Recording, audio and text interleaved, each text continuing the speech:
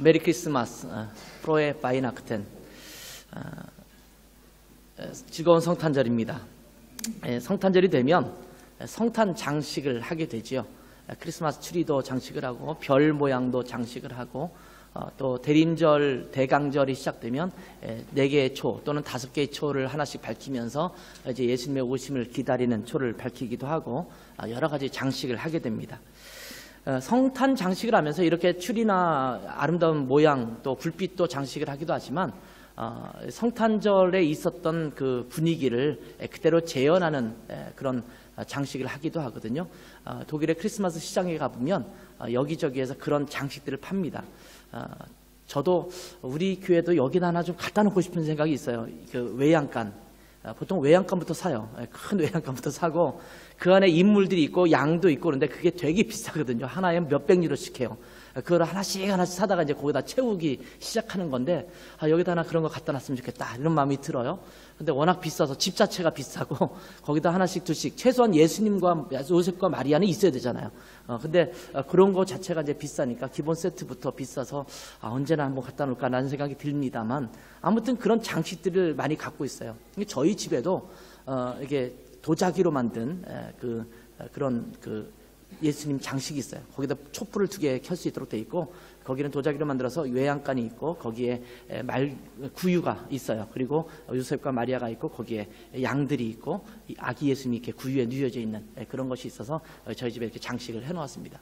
크리스마스가 되면 제가 밖에 꺼내놓고 거기다 늘 촛불을 밝혀서 사람이 보든지 안 보든지 이렇게 저희가 촛불을 밝히고 있습니다. 아무튼 이런 자주 등장하는 인물이 있어요. 크리스마스 시장에 가보면 주변에 이렇게 장식을 해놓은 곳에 가보아도 많이 그런 인물들이 등장하죠. 당연히 아기 예수님과 그 부모이신 요셉과 마리아는 등장하게 되어 있죠. 그분들이 빠지면 성탄절의 주인공이 빠진 거잖아요. 그 세 분은 기본 주요 인물들입니다. 그런가 하면 그 주요 인물의 주연급 조연들이 또 등장하기도 합니다. 그런 인물들 중에서 빠지지 않는 인물들이 또 동방박사들이죠. 황금과 모략과 유향을 가지고 와서 이렇게 예수님께 드렸던 그러한 동방박사들도 빠지지 않습니다. 그런가 하면 천사들도 등장하죠. 천사들이 와서 노래하고 찬양하면서 주님을 경배했던 그 모습들도 빠지지 않습니다. 그런가 하면 들에서 양을 치는 목자들도 있습니다. 보통 장식을 할 때 외양간이 등장하고 그 외양간 안에는 보통은 양들이 등장합니다. 보통 성경에 보면 마구간이란 말이 표현이 등장하지 않거든요. 근데 많은 분들이 마구간이란 말을 많이 써요. 근데 마구간이 아니에요.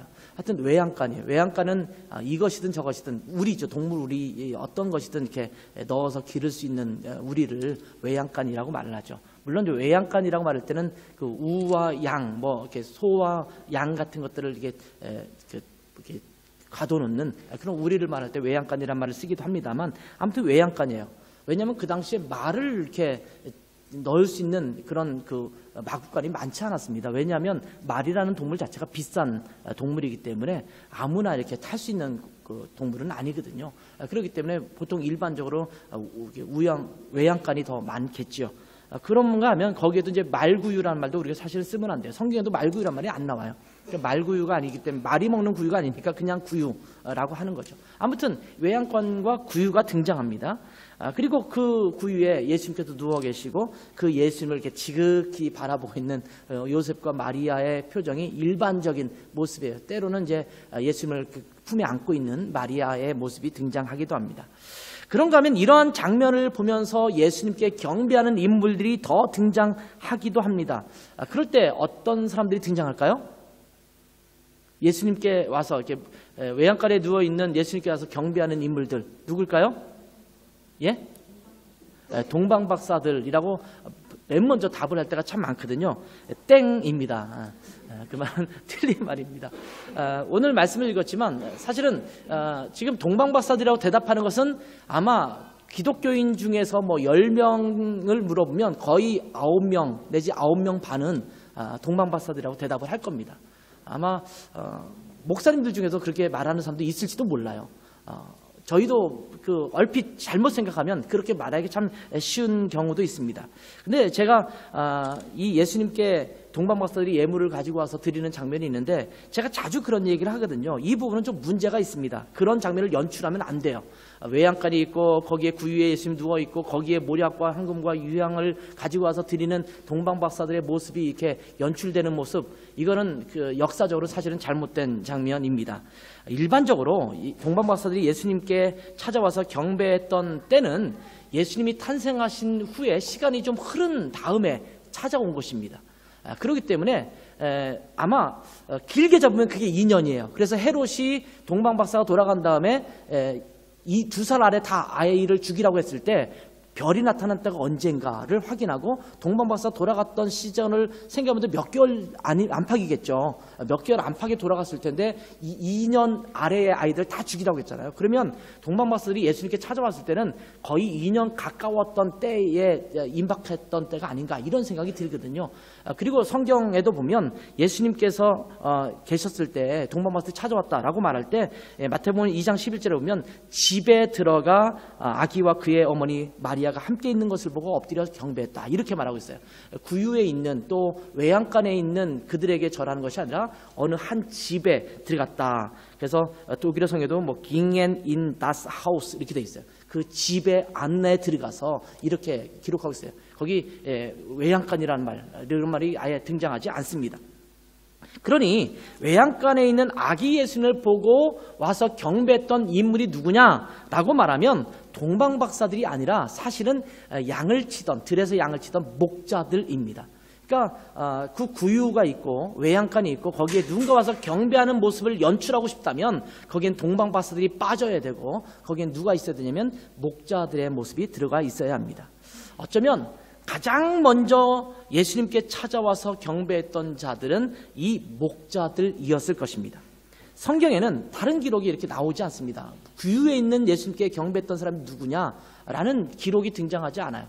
유일하게 등장하고 있는 것이 목자들이 와서 외양간에 누워 계신 아기 예수님께 경배했다 이렇게 기록하고 있습니다. 아마 이 아기 예수님, 구유에 누워 있는 아기 예수님께 와서 기록되어 있는 첫 방문자가 누구냐, 아마 이 목자들이었을 것입니다. 우리가 목자들이라고 말하면 매우 목가적인 분위기 속에서 낭만적인 생각으로 목자들을 생각할 그런 가능성이 굉장히 큽니다. 그런데 당시의 목자들은 매우 힘든 삶을 살았던 그 그룹 중에 한 사람이었습니다. 그러니까 편하게 직장 생활하듯이 이렇게 목자 일을 하는 것이 아니라 굉장히 고단한 삶을 살았던 사람들의 그룹 중에 하나가 목자들이었다라는 겁니다. 목자들은 그 당시에 평민들이었지만 가난하고 궁핍한 경우가 많았습니다. 부유한 경우가 별로 없어요. 그리고 많은 경우는 자기 양을 치는 것이 아니라 남의 양을 치는 경우가 많았습니다. 우리가 사꾼 목자라고 말하는데 이 사꾼 목자가 굉장히 나쁜 말처럼 느껴지잖아요. 그런데 대부분 여러분 사꾼이잖아요. 그죠? 사꾼이죠. 사꾼 그럼 굉장히 나쁜 분위기가 있지만 여러분이 오너가 아니면 사꾼이에요. 사장이 아니거나 여러분이 대표가 아니면 여러분 주식을 가장 많이 갖고 있는 사람이 아니면 여러분 다 사꾼입니다. 뭐 삼성에서 일하면 다 사꾼이잖아요. 한 몇 사람 빼고, 그죠? 그리고 뭐 현대에서 일해도 마찬가지고 또 뭐 LG에서 일해도 마찬가지예요. 다 사꾼이에요. 그러니까 지금 우리 이친주 집사님도 사꾼으로 일하고 있는 거잖아요. 그죠? 다 월급을 받는 사람은 사꾼입니다. 그러니까 사꾼이라는 개념을 우리가 자꾸 나쁘게 봐요. 사꾼 목자 그러면은 뭐 못된 놈들 뭐 이렇게 생각할지 모르지만 성경에 나타나는 굉장히 많은 목자들은 사꾼 목자입니다. 원래 부유한 사람이 양을 소유하고 있고 그 양들을 맡겨서 돈을 주고 월급을 주고 이 사람에게 양을 치도록 맡긴 사람들이 많았습니다. 그러니까 여기 있는 목자들이 정말 자기 양떼를 치는 사람도 있을 수 있겠죠. 그러나 어떤 경우는 자기 양들이 아니라 다른 사람의 양을 치는 그런 목자일 수도 있습니다. 그러니 정말 부유하기보다는 가난하고 궁핍한 그런 경우가 종종 있었다라는 것입니다. 그렇다고 우리가 상상하는 초원 같은 곳에서 푸른 풀밭에 양들이 막 풀을 뜯고 있고 목자들은 한쪽에 앉아가지고 이렇게 이파리를 입에다 물고 이렇게 풀피리를 불면서 이렇게 있었냐? 그것도 아니라는 것입니다. 그렇기 때문에 그런 제가 베들레헴을 가봤거든요. 베들레헴도 가봤고 베들레헴 맞은편에 있는 그것도 제가 가보았어요. 베들레헴 맞은편에 있는 그런 그 양이 목자를 치던 그런 것도 가보았거든요. 근데 그런 가본 곳을 가보니까 거기는 굉장히 비탈길이에요. 비탈길이고 척박한 곳입니다. 그곳이 굉장히 그 풀밭이 많은 곳이 아니에요. 그러니까 양들이 거기서 뭘 뜯어 먹을 수 있을까라는 생각이 들 정도로 그렇게 비탈지고 척박한 땅입니다. 물론 여기저기에 풀들이 있기 때문에, 나무들이 있기 때문에 그 나무를 뜯어 먹고 풀을 뜯어 먹고 이렇게 지내다가 거기에 굴들이 있어요. 그래서 굴들이 저도 들어가 봤거든요. 아마 목자들이나 이런 사람들이 밤에는 이제 쉬어야 될 굴들이 있는데 그렇게 이렇게 그 굴처럼 만들어 놓고 거기에 이제 뭐도 해 먹을 수 있도록 만들어 놓고 이랬던 흔적들이 있거든요. 제가 거기도 한번 가봤어요. 거기서 보면 저 먼 발치에 베들레헴이 또 맞은편에 보여요.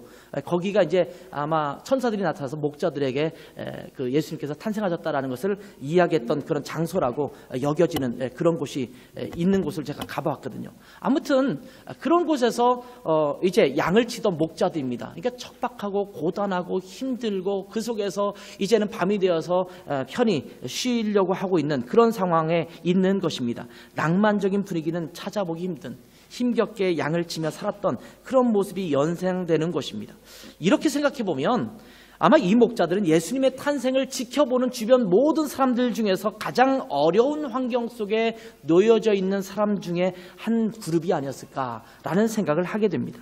그런데 하나님은 이 목자들에게 천사들을 보내서 메시아로 오신 아기 예수님을 찾아가서 경배하도록 그렇게 알려주셨습니다.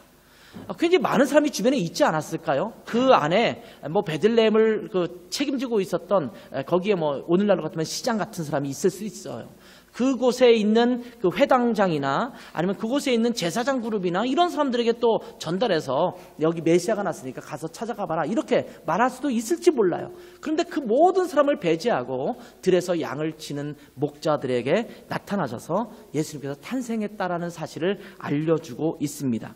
자, 이 엄청난 소식, 이것을 전하고 있는 겁니다.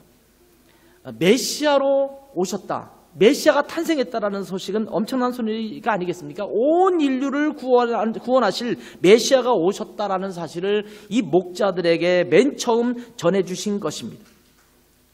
물론 동방박사들에게도 별을 통해서 알려주셨지만 동방박사들이 별을 보고 예수님께 찾아오는 데는 꽤 많은 시간이 걸렸습니다. 여러분도 아마 제가 아까 말씀드렸기 때문에 아마 생각을 하시겠습니다만 꽤 많은 시간이 걸렸어요. 그런데 하나님은 베들레헴 근처 들에서 양을 치는 목자들에게 메시아로 오신 예수님을 알리신 것입니다. 오늘날로 말하면 굉장히 특종감이에요. 특종감을 그냥 메인 그 신문사에 아주 그 유명한 그 신문 기자에게 알린 것이 아니라 저 지방에 있는 보잘것없는 지방지 그 아주 거기서도 잘 나가지 못하는 신문 기자 한 사람에게 슬쩍 알려주는 거예요. 야, 내가 한 가지 소식을 알려주겠다.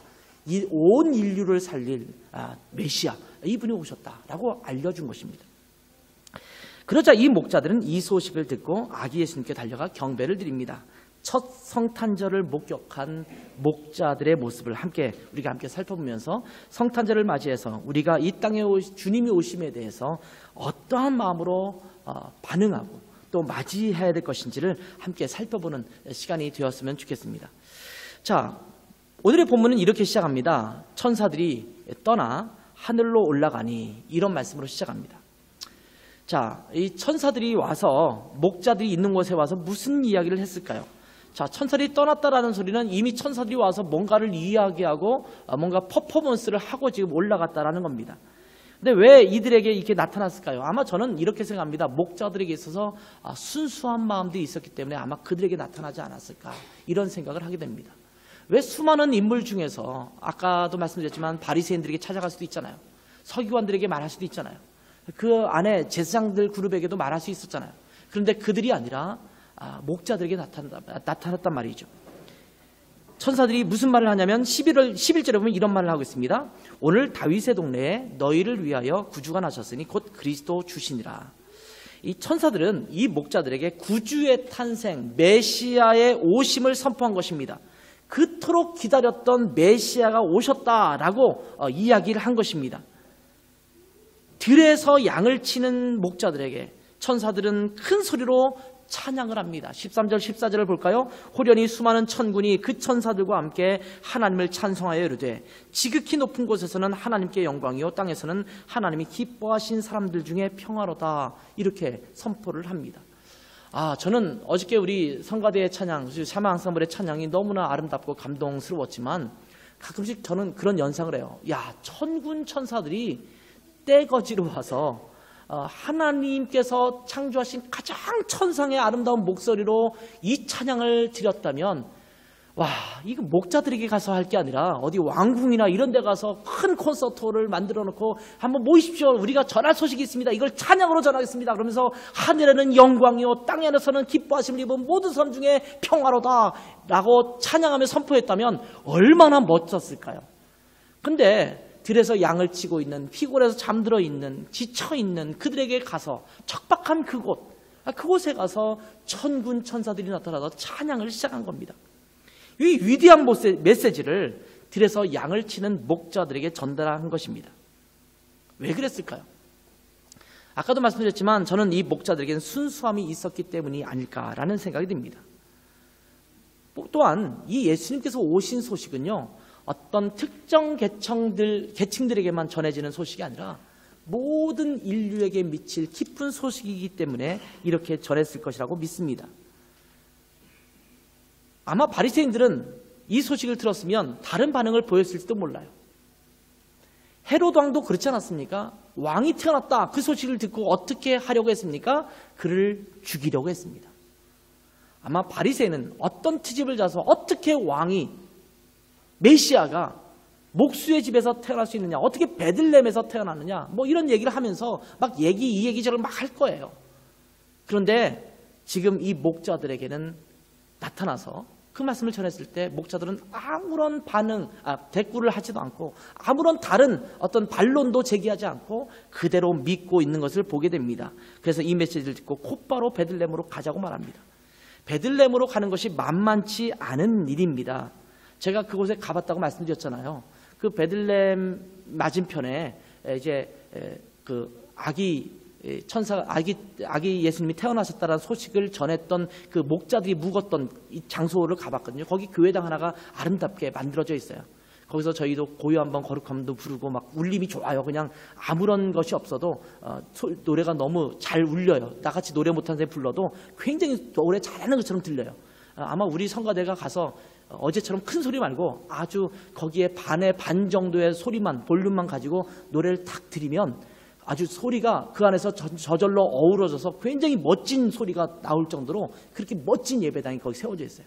근데 거기 들어가서 찬양도 부르고 그랬거든요. 근데 거기서 마주 보면 저 맞은편쯤에 보여요. 그러니까 예를 들면 여기서 보면 저쪽 그 송신탑 보이지 않습니까? 이 강 건너에 그 방송 송신탑이 보이는데 그 정도 거리처럼 느껴질 정도로 그렇게 보여요. 근데 제가 거기 있다가 다시 이제 버스를 타고 이동을 해서 그 베들레헴 예수님께서 탄생하신 장소에 교회당이 또 세워져 있거든요. 거기에까지 이동을 하는데 차로 한 20분 정도 걸리더라고요. 그러니까 차로 20분 정도 걸린다고 한다면 아마 걸어서 양떼들을 데리고 그곳까지 이동했다고 한다면 꽤 많은 시간이 걸렸을 거예요. 아마 태어나고 나서 한참 거의 반나절 정도는 걸어가지 않았을까. 이 산길을 가서 차로 가지 않았을 때는 쉽지 않은 그런 길이라는 생각이 들어요.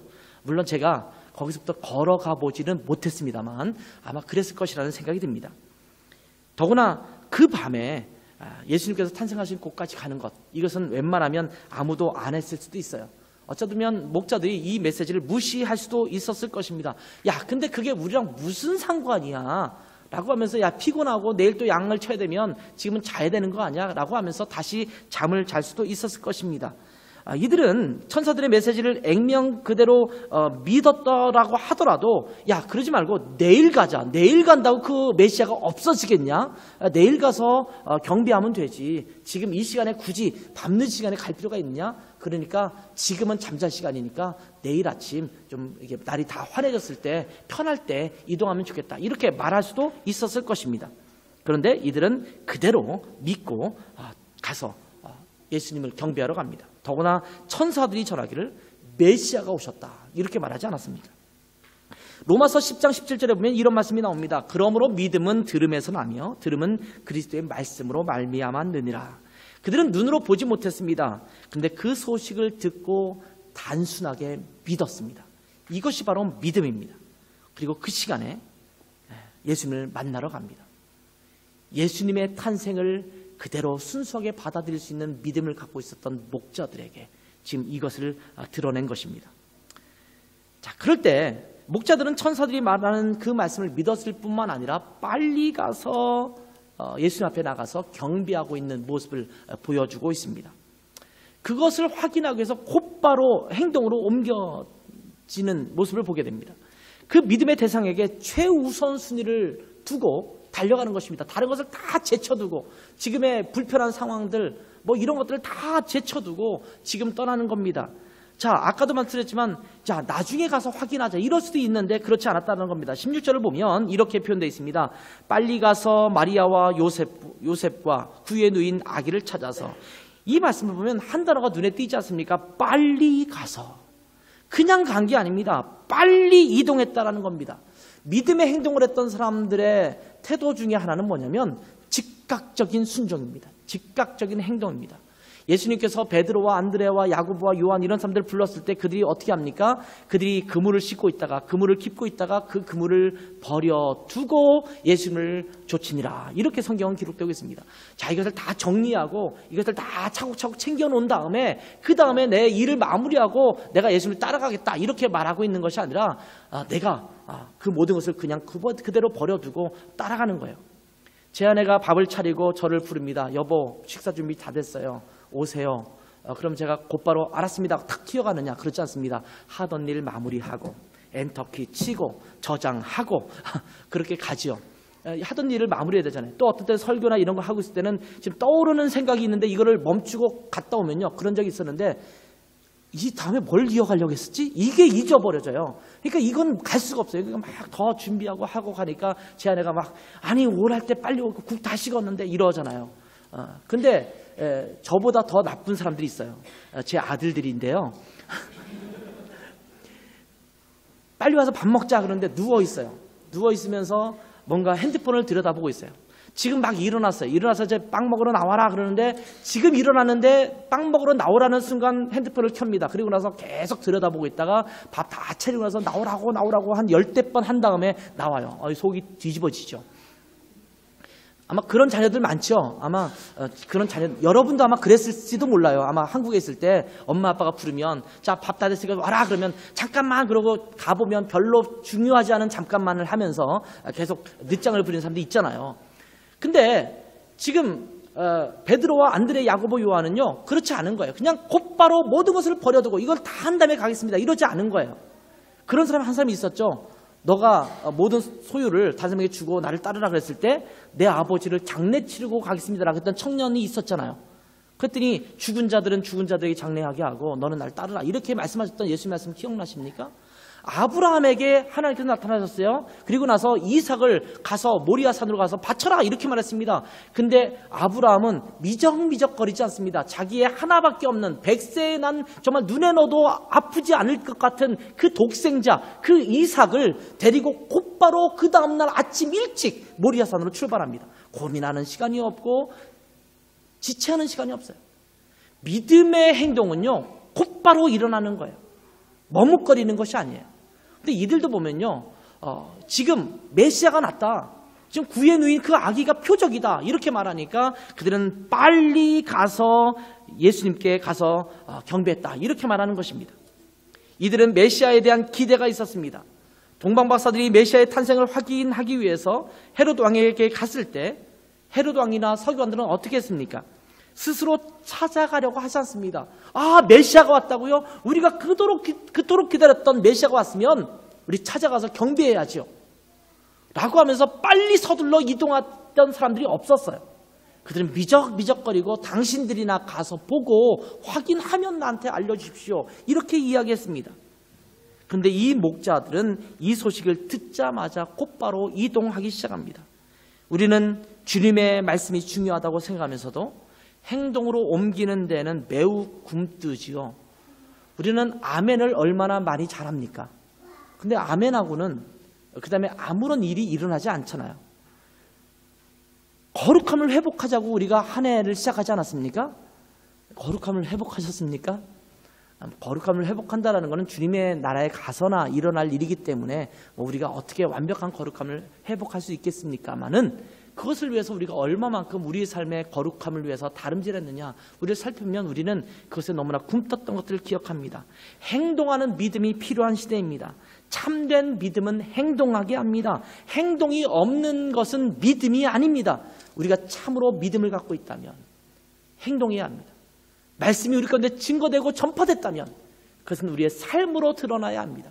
이들은 순수한 마음을 갖고 있었을 뿐만 아니라 그 순수함을 가지고 곧바로 이동하는 믿음을 갖고 있었습니다. 그런가 하면 이들은 가서 그 믿음을 또한 전하고 있는 목자들의 모습이 보입니다. 17절에 있는 말씀을 보면 목자들이 가서 그들에게 메시지를 보고 들은 바대로 전달하고 있습니다. 보고 천사가 자기들에게 이 아기에 대하여 말한 것을 전하니 가서 경배하면서 이렇게 이야기합니다. 아, 천사가 나타나서 이렇게 우리에게 이야기했습니다. 이렇게 천사들에게 자기들에게 알려준 사실들을 이야기를 합니다. 근데 그 이야기를 듣는 사람들의 반응이 다릅니다. 18절, 19절을 한번 볼까요? 듣는 자가 다 목자들이 그들에게 말한 것을 놀랍게 여기되 마리아는 이 모든 말을 마음에 새기어 생각하니라. 여기에 보면 두 반응이 나옵니다. 하나는 대부분 많은 사람들의 반응이에요. 그게 뭐냐면 놀랍게 여기는 거예요. 그 이야기를 듣고 말한 것을 놀랍게 여기되 듣는 자라고 하는 것이 그 옆에 누가 있었는지는 분명하게 기록되지 않기 때문에 잘 모르겠습니다.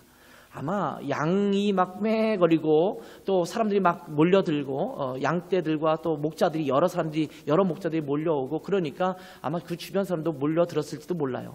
아기가 탄생했다고 하니까 옆에서도 또 어설을 떨면서 아기를 좀 돌봐주기 위해서 뭔가를 조치를 취하기 위해서 온 사람들이 주변에 있을지도 모르고요. 그 여관 주인도 와서 아기는 괜찮습니까? 라고 물었을지도 몰라요. 그 주변에 여러 사람이 있었을 것 같아요. 근데 그 사람들이 아마 그 이야기를 들으면서 놀랍게 여겼다라는 거죠. 신기하게 여겼습니다. 근데 문제는 그것으로 끝납니다. 와우! 그리고 끝. 많은 사람들은 감동을 좋아합니다. 그리고 좋아합니다. 박수치고 환호합니다. 그리고 끝입니다. 이것은 믿음이 아닙니다. 우리는 좋은 공연을 보면 박수치고 환호할 수 있습니다. 발을 구르면서 우리가 환호할 수 있습니다. 브라보, 브라비, 브라바 외치면서 우리가 환호할 수 있어요. 좋은 영화를 보면서 감동을 하고 또 눈물까지 흘릴 수 있어요. 근데 그리고 나서는 또 해맑게 웃으면서 집에 와서 치킨 먹고 뭐 이러면서 지내는 우리의 모습이 있지 않습니까?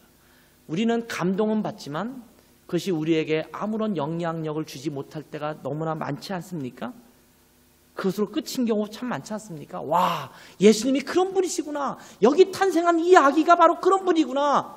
이것을 많은 사람들이 놀랍게 여겼을지도 몰라요. 이렇게 감동하고 끝나는 것은 믿음이 아니라는 말씀입니다.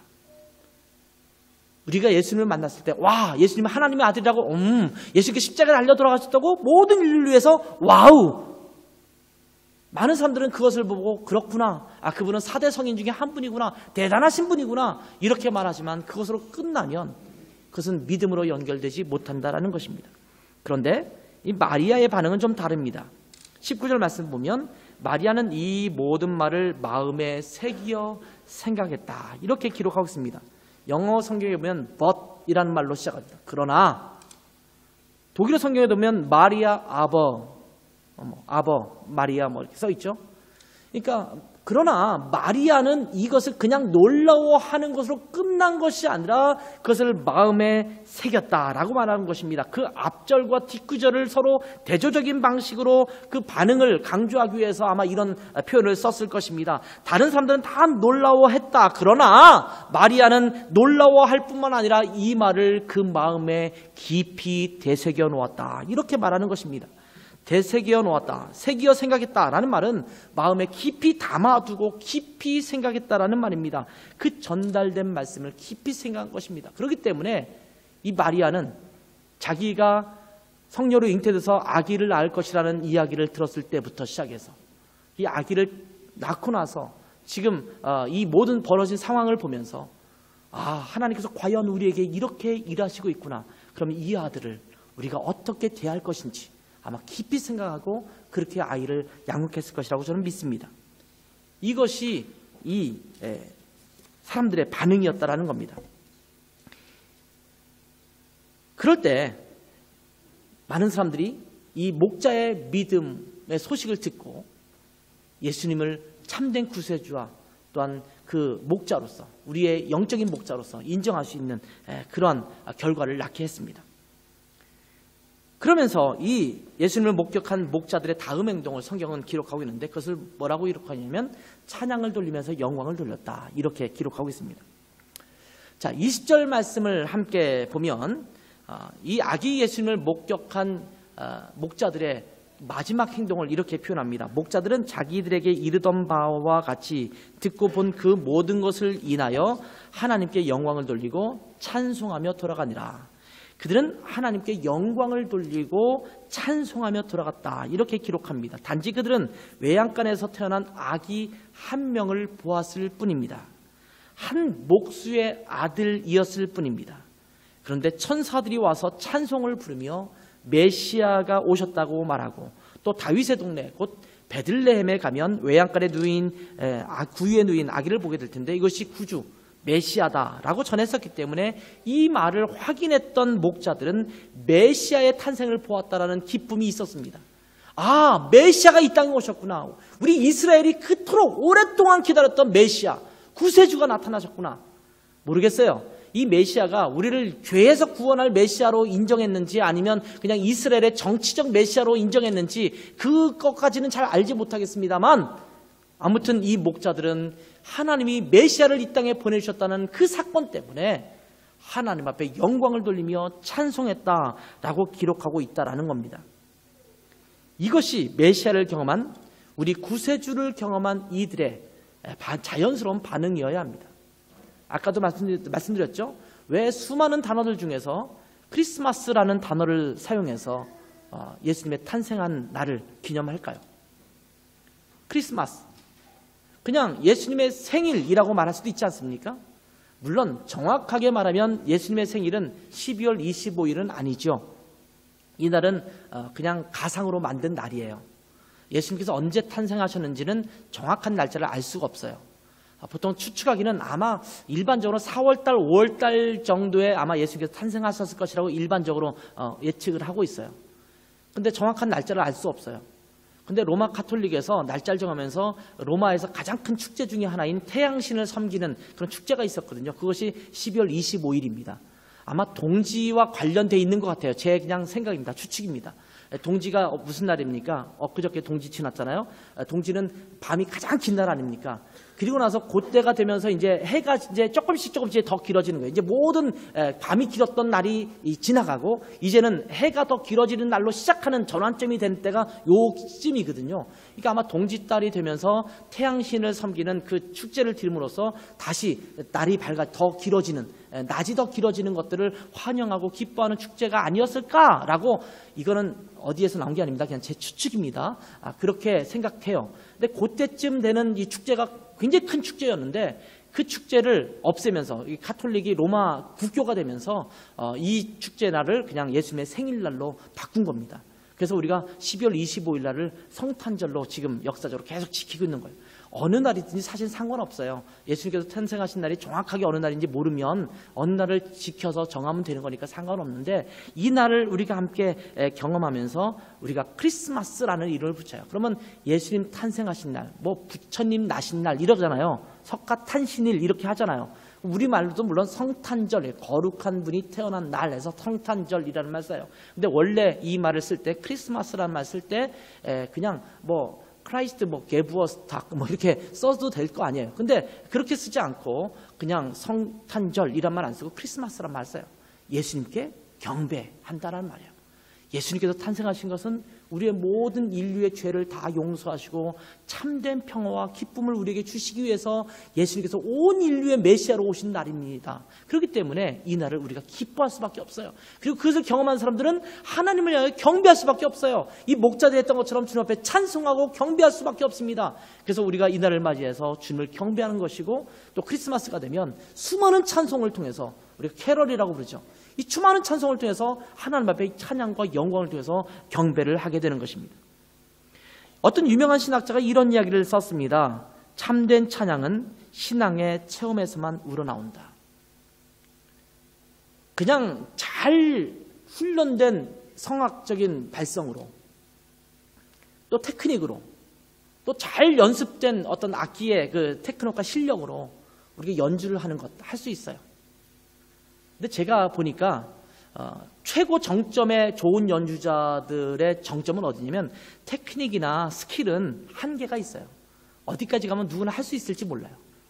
근데 물론 타고난 것도 있어야겠고 그렇겠지만 정말 좋은 연주자는 누구냐? 어떤 연주자냐? 그 안에 영혼이 깃들여져 있는 연주. 그게 감동이거든요.